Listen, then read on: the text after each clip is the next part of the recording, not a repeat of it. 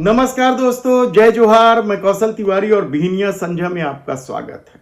शहर सरकार को लेकर हुए चुनाव में भाजपा की सुनामी में कांग्रेस की स्थिति बदतर हो गई, बल्कि ये मुद्दे भी हवा हो गए जिसे कांग्रेस उठा रही थी। चाहे लोहारी डी का मामला हो, चाहे बलौदा बाजार अग्निकांड का मामला हो, चाहे बीएड डीएड अभ्यर्थियों का मामला हो, सहायक शिक्षकों की बर्खास्तगी का मामला हो, या फिर 57,000 शिक्षकों की भर्ती वाली मोदी की गारंटी हो, सब कुछ अटल विश्वास पत्र के आगे बह गया कहा जाए तो गलत नहीं होगा। तब ऐसी परिस्थिति में भारतीय जनता पार्टी ने जो राज्य बनने के बाद पहली बार शहर सरकार में इस तरह की जीत हासिल की है।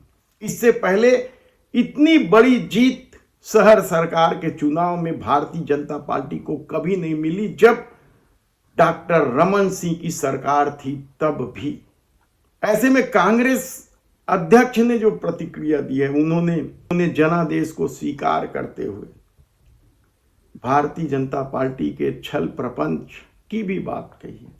लेकिन इस सब के बीच सबसे रोचक जो जवाब है, और यदि इस जवाब के हिसाब से कांग्रेस कार्य कर रही थी तो फिर इस सुनामी को भला कैसे रोक सकता है। कांग्रेस प्रवक्ता सुशील आनंद शुक्ला ने क्या कहा, पहले वह सुन लीजिए।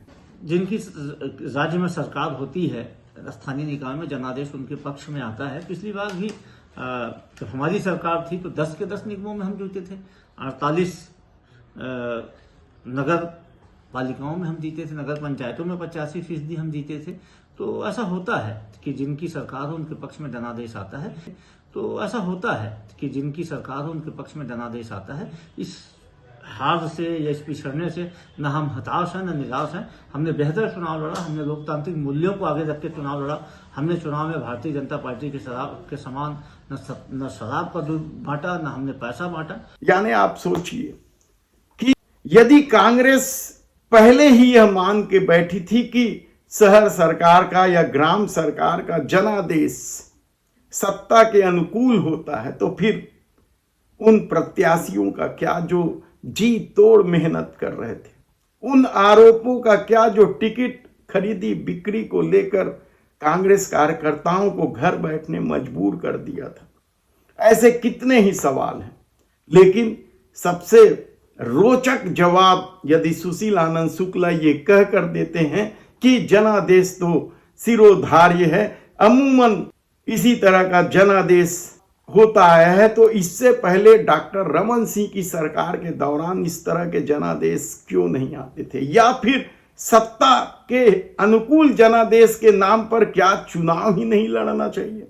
ऐसे कितने ही सवाल। लेकिन आप सोचिए कि कांग्रेस प्रवक्ता यदि इस तरह के जवाब दे रहे हैं तो फिर पार्टी ग्राम सरकार के चुनाव के परिणाम कैसे अपने अनुकूल ला पाएगी।